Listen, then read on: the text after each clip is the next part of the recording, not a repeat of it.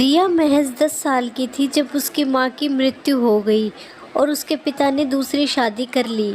उसी से उन्हें दूसरा बेटा भी हुआ। पर इन सब में रिया ने अपना बचपन ठीक से एंजॉय ही नहीं किया। उसकी दूसरी मां का ध्यान कभी रिया पर गया ही नहीं। वो तो हमेशा रिया से काम करवाती रहती थी। कावेरी रिया के साथ बहुत बुरा बर्ताव करती थी। रिया स्कूल में बच्चों को पढ़ाने के साथ साथ घर का सारा काम संभालती थी।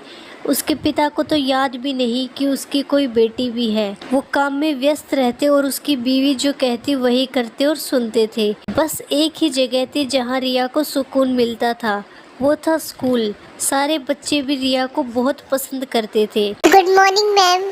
रिया, गुड मॉर्निंग।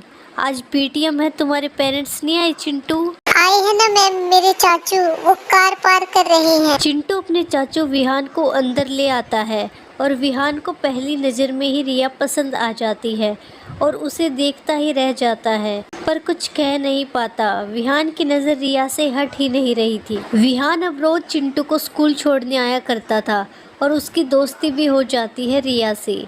रिया को विहान में एक अच्छा दोस्त नज़र आने लगता है, पर उसके हालात तो वैसे की वैसे ही थे उसके लिए। रिया की माँ उसे फ़ोन चलाने की वजह से खरी खोटी सुनाने लगती है। रिया रोते रोते अपने कमरे में चली जाती है। इतने में विहान का कॉल आता है। वो आंसू पोंछते हुए फ़ोन उठा लेती है। रिया, तुम रो रही थी क्या?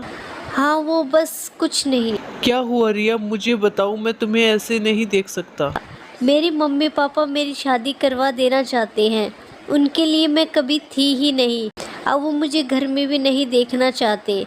माँ के जाने के बाद मेरा कोई भी नहीं और ये लोग मुझसे मेरा करियर भी छीन लेना चाहते हैं।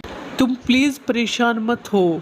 क्या तुम कल मुझसे मिल सकती हो? ठीक है, कल हम स्कूल के बाद मिलते हैं। दूसरे दिन विहान रिया से मिलने आता है और अपने दिल की बात बता देता है। लेकिन ये कैसे हो सकता है? मुझे तुमसे पहले ही नज़र में प्यार हो गया था, बस तुम्हें बता नहीं पा रहा था। मेरे माँ बाप कभी नहीं मानेंगे इस रिश्ते के लिए। वो तो मेरी शादी अपने दोस्त के बेटे शराबी से करवाना चाहते हैं, ताकि शादी के बाद वो दोस्त उन्हें अपने व्यापार में शामिल कर सके। तुम बस हाँ कर दो, बाकी मुझ पर छोड़ दो। पहले हम तुम्हारे घर चलते हैं तुम्हारे माता पिता से बात करने। रिया विहान को घर ले आती है और जैसा उसको डर था वैसा ही होता है। वो दोनों रिया को भला बुरा सुनाते हैं। आप लोग एक बार तो मेरी खुशी के लिए कुछ कर दीजिए। बचपन से मैंने कुछ नहीं मांगा। अगर तू इस लड़के के साथ गई तो इस घर में वापस मत आना। चले रिया, अब तुम्हें इस घर में रहने की कोई जरूरत नहीं। रिया विहान गाड़ी में चले जाते हैं। मुझे नहीं लगता तुम्हारे माता पिता भाई भाभी मुझे अपनाएंगे। तुम मुझ पर भरोसा रखो। विहान और रिया घर पहुंचते हैं। पूरे घर में अंधेरा होता है। जैसे ही रिया विहान अंदर आते हैं, लाइट ऑन हो जाती है और उन पर फूल बरसने लगते हैं। वहाँ सुंदर मंडप भी होता है और विहान की भाभी सुंदर जोड़ा लेकर हाथ में खड़ी होती है और रिया से कहती है, देवरानी जी तैयार हो जाइए शादी के लिए। और विहान रिया की शादी हो जाती है। चिंटू, मैं अब आपको चाची कहूँ या मैम? सब हंसने लगते हैं।